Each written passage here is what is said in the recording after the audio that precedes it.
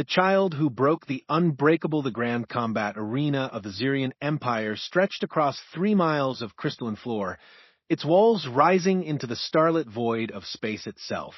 Thousands of alien spectators filled the floating observation decks, their various forms of communication creating a symphony of clicks, chirps, and telepathic hums.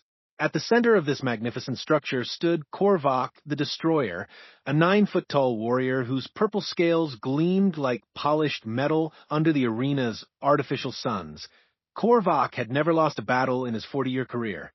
His 4 muscular arms could crush steel, his reinforced hide could deflect plasma bolts, and his tactical mind had outmaneuvered the greatest military strategists in the known galaxy. Today was supposed to be a simple exhibition match, a demonstration of Xerian superiority over the newly discovered species called humans. The arena's announcer, a floating crystalline entity named Vex, projected its voice across the vast space. Citizens of the Empire, today we witness a historic moment. The primitive species from the planet Earth has sent their representative to face our champion in ceremonial combat. A collective gasp echoed through the arena as a small figure walked through the entrance portal. Sam Rodriguez, 12 years old by Earth standards, stood barely 4 feet tall in his simple blue jumpsuit. His dark hair was neatly combed, and his brown eyes showed no fear as he surveyed the massive arena around him. He carried nothing but a small device that looked like a handheld computer, in the diplomatic viewing box. Ambassador Zekther of the Xerian Empire turned to his human counterpart with obvious confusion. Ambassador Chen, surely this is a mistake. Your species sends a larval form to face our greatest warrior.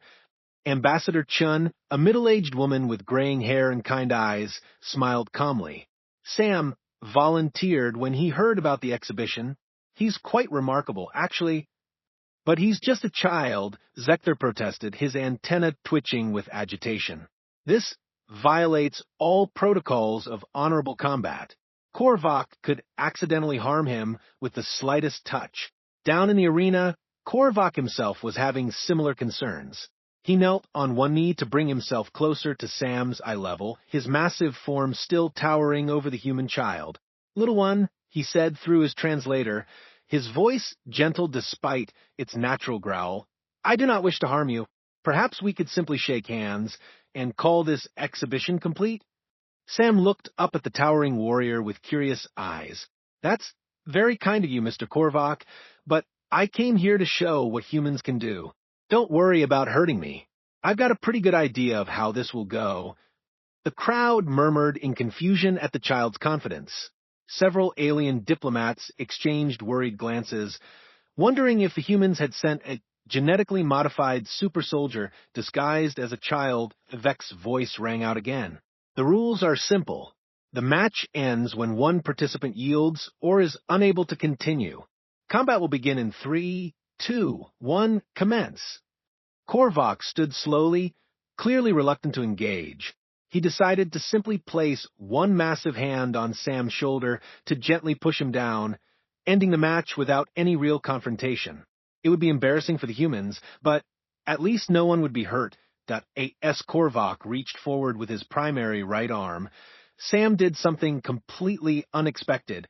The boy held up his small device and pointed it directly at Korvac's chest. The device emitted a soft beep, and suddenly every light in the arena flickered and dimmed. For exactly 3 seconds, the arena's gravity generators, atmospheric processors, and energy shields all fluctuated wildly. The sudden changes in air pressure and gravitational fields caused Korvac's inner ear to malfunction completely.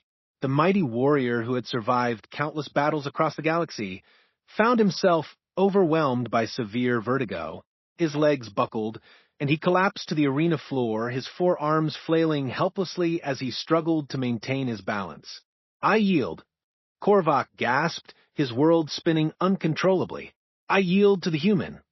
The arena fell into complete silence. 30,000 aliens stared in disbelief as a human child helped their greatest warrior to his feet. Ambassador Zekther's antenna drooped in shock.